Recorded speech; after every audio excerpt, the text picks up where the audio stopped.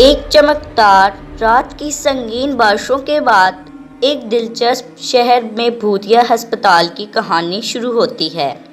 وہ ایک پرانا ہسپتال تھا جسے علامتی طور پر بھوتوں کا ہسپتال کہتے ہیں۔ اس کے دیواروں پر پرانے خوابوں کی تصاویر بنی ہوئی تھیں جو دنیا کی بھدی پس منظر کی رازیانہ داستان سناتی تھیں۔ ایک رات ایک جوان گروپ نے اس ہسپتال کو دیکھنے کا فیصلہ کیا۔ ان میں ایک مایا بھی شامل تھی، ایک سرکاری صحافی جو ان کے دعوے کو غیر معمولی اور بے بنیادی قرار دینے کے لیے تیار تھی۔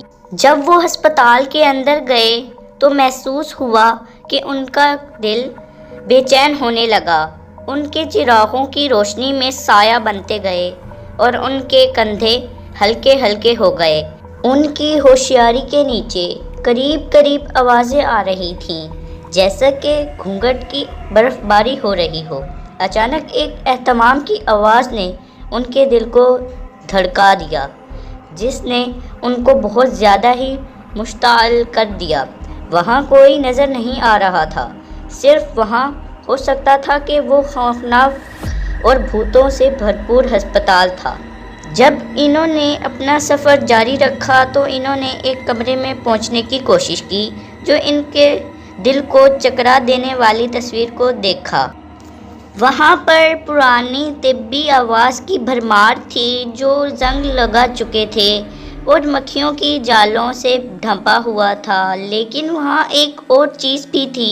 دیواروں پر طلبہ کی پرانی تصاویر اور میں ایک عجیب شکل کی جانب دھیان دیا گیا جو دیوانوں کی زخمی نظر آ رہی تھی۔ مایا کی ان تصویر کی طرف دھیان دینے کے دوران ایک عجیب طرح کا حالت ہوا۔ ان کی خود کوششوں کے باوجود وہ محسوس کرنے لگی کہ ان تصاویر کی شکلیں کچھ عجیب تھیں، جیسے کہ وہ ایک خوفناک راز چھپا رہی ہوں۔ اچانک ایک تیز چیخ بھوتیا ہسپتال میں گونجنے لگی جو ان کو خوف میں ڈال دیا۔ وہ ان کے آس پاس کی سرکاری تلاش کرنے لگی، جانب جانب دوڑتے ہوئے، لیکن جب وہ آواز کی ماخذ تلاش کرتے ہوئے وہ معلوم کرتے رہے کوئی نہیں تھا، صرف بھوتیا ہسپتال کی خالی دیواریں تھیں۔ جب وہ اپنی تلاش جاری رکھتے ہیں تو ان کا دل ہلکا ہلکا دھڑکنے لگا۔ انہوں نے ایک کمرے کا دروازہ کھولا جس میں ان کی بھوتوں سے بھرپور ہسپتال میں ایک تنہا اور ڈرا ہوا لڑکا بیٹھا تھا۔ اس نے چہرے کو گھبراہٹ سے چھپا لیا اور ان کو دیکھتے ہوئے غیر معمولی کلام کرنے لگا۔ مایا اور باقی گروہ نے اس کے قریب جانے کی کوشش کی، اس کے خوف کو دور کرنے کی کوشش کی، لیکن جب انہوں نے اس بچے کے پاس پہنچا تو وہ ان کے دلوں میں چھپے ہوئے خوف کا احساس بڑھ گیا۔ وہ ایک لڑکا جس کی آنکھیں سیاہ ہو گئی تھیں ایک خوفناک آواز کے ذریعے بات کر رہا تھا۔ خبردار! آواز گرماہتی ہوئی گونجتی ہے۔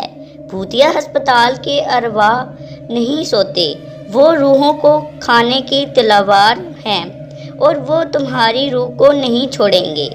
تھراتے ہوئے مایا اور دوسرے گروہ والے بھوتیا ہسپتال سے فرار کرتے ہیں، قسم کھاتے ہیں کہ کوئی واپس کبھی نہیں آئیں گے، لیکن جیسے ہی وہ رات کے اندھیرے میں اپنی راہ چلتے ہیں وہ محسوس کرتے ہیں کہ بھوتیا ہسپتال کی باقی رہائش ایک یاد دہانی کی طرح ہے کہ کچھ چیزیں چھپی ہوئی ہی اچھی لگتی ہیں۔ اگر یہ کہانی آپ کو تھوڑی سی بھی پسند آئی ہے تو ہمارے آفیشیل میگرو ٹی وی چینل کو سبسکرائب کریں اور اس کہانی کو لائک کریں، کیونکہ ہم اس طرح کی کہانیاں اس چینل پر ڈالتے رہتے ہیں۔ اللہ حافظ۔